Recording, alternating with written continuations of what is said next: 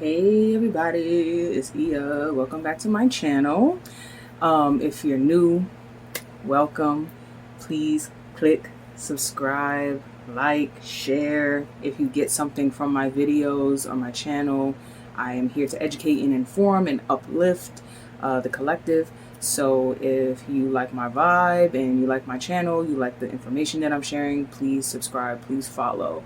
I'm also on IG under the same name, cornucopiainsight. So welcome back everybody. It's been a minute, but I'm back. I'm trying to be a little more consistent with the videos. So today I was actually inspired to do this video because of my boy Darnell. Shout out to Darnell. He hit me up on Instagram the other day and we were just having a brief discussion about like binding magic. And we were talking about something entirely separate and not separate, but a different form of binding magic. Let's just put it that way. And I'm going to get to that in the end. But this video was mostly to inform everybody of different kinds of binding magic.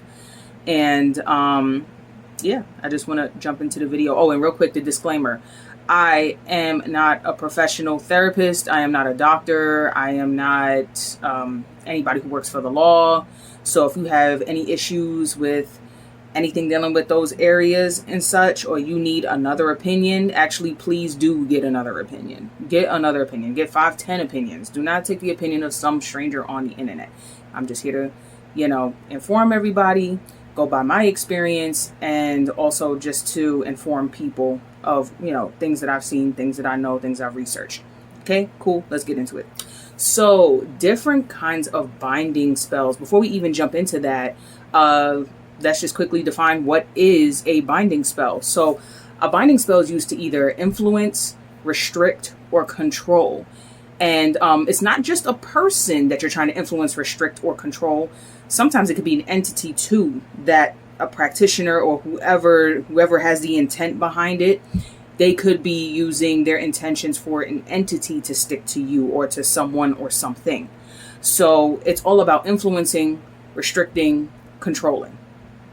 And this raises a lot of ethical issues, which is something I care highly about when it comes to not just spell work, but even in everyday life. I'm big on ethics. I have a huge code of ethics. So that's why this is a very touchy subject for me. But since me and the homie was talking about it, I said, I think this is something that people should know, especially if you've been through this or you think you're going through this at this time.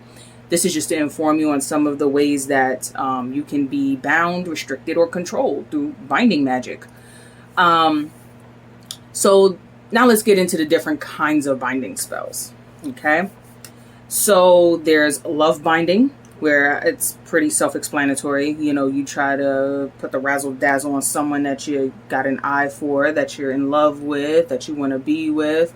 That's one form of binding. Another one is for protection. Again, self-explanatory. If you just want to protect yourself, protect someone you care about, there's binding magic with that, that you can do. Another one is also restraining binding or restraint binding. And that's where, like I say, it gets a little unethical when it comes to some of these things, because you're talking about a person's free will. And even with entities that you're using, even when you're manipulating an entity, you're summoning that entity. Sometimes, I've heard stories where people have summoned the dead, really, like bothered people who have passed on to try to use them to attach stuff to the living people, or to get the dead to do their bidding. So it's wild. This stuff really exists. It's crazy, but it's for real. I promise you. And then another form of binding is commitment or oath binding. So that's if you want to reinforce a commitment or an oath that you already have pre-existing with a person, or you want to place that on a person. Again, the ethics. This is where people got to be careful with crossing the line. Okay. Now with protection binding, that's a little bit different in some ways, because I feel like with protection binding, this is just my opinion, and again, depends on the intent. that's a little bit more different in the sense that you're trying to protect yourself. You are trying to protect yourself. At least that's what I would use it for. Any kind of protection binding. It would be to protect me from anything that's being thrown at me, meaning spell work wise, or anybody's pewing at me with the spell works or the black magics. I can block that off. I can put up a shield. I can do something to protect myself, cleanse myself, those kinds of things. So there are different kind of methods that you can use when it comes to using binding magic. There's different mediums you can use.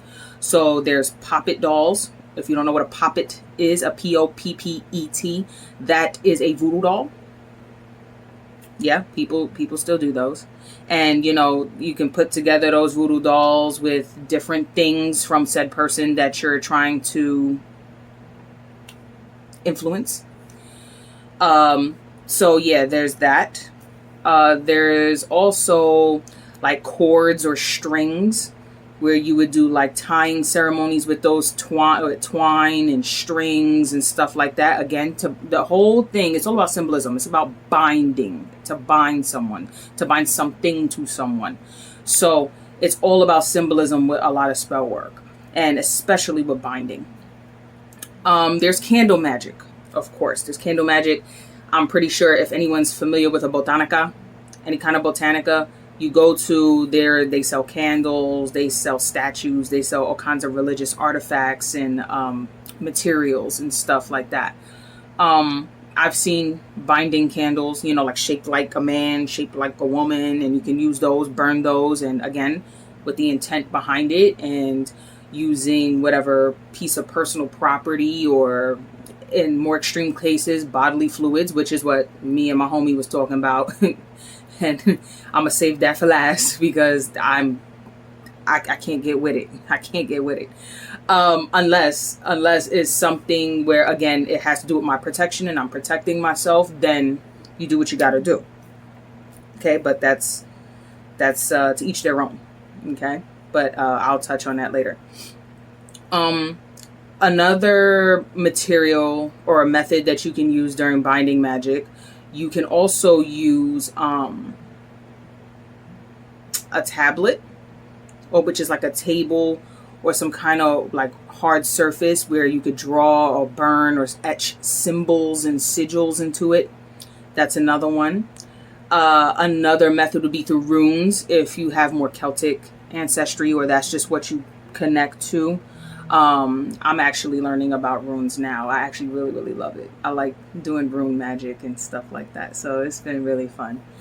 I'm actually in the middle of creating my own runes. So yeah. So yeah, there's rune magic as well. So if you don't know, like runes, they have all these like Celtic symbols and like Viking like symbols in it and stuff like that. And that's really cool as well. So that's one other way. And then, of course, last but not least is by freezing, method of freezing. Excuse me. So I'm pretty sure people have heard of freezer spells, freezing spells.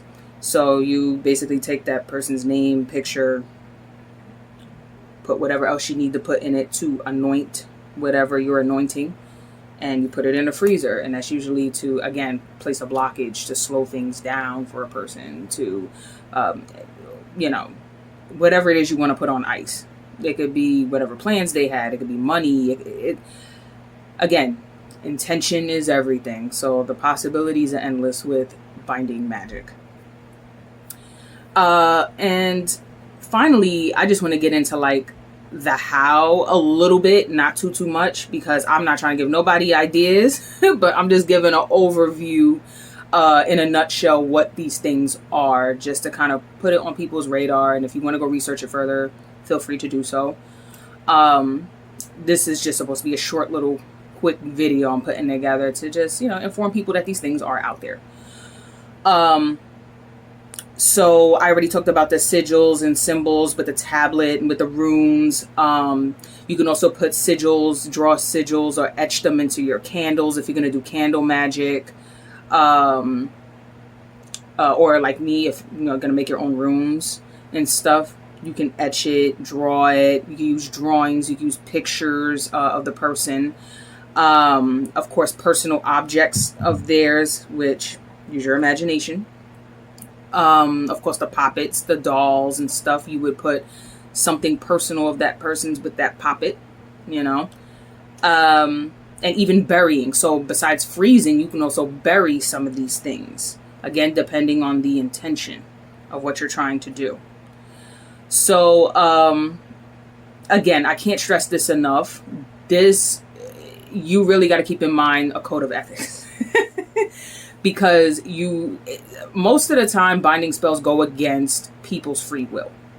And especially if you're doing it without a person's consent. So especially like love spells and such, at least already be in that commitment, have you and that other person on the same page. Like, hey, I want to reinforce our love. I want to reinforce our commitment.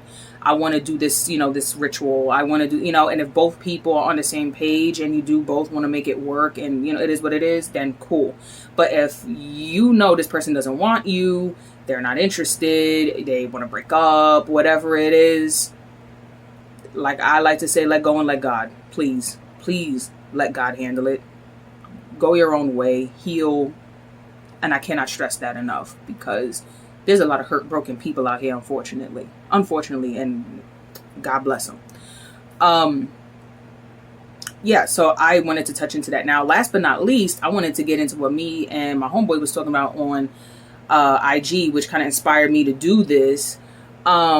He mentioned to me, hey, have you ever, first of all, how it started was he sent me a video about women putting period blood in their plants and does it really work? Now, personally, I've never tried that, but it does make sense because women's blood does have certain minerals and certain kinds of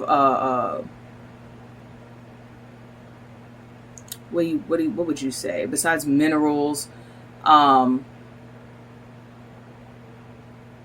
I'm not sure. I have a brain fart at this time. I have too much information on my mind at this time. But yeah, basically properties. That's the word I want to use. Different minerals and properties in the menstrual blood that you can put into the plant that can help the plant. I've heard it does work. Like I said, I never tried it myself. I could barely hold on to a plant. Yeah. Anyway. So, getting into that discussion, he said, do you know anything about putting like menstrual blood in food or like spaghetti and stuff like that? And I said, no, wouldn't know nothing about that because I don't do that stuff. I just don't. I've never felt the need to. Again, to each their own. I just don't think it's cool to put bodily fluids in someone's food, and not only because it's done without their consent, without their knowledge, and you're manipulating someone's free will, again, depending on the intent.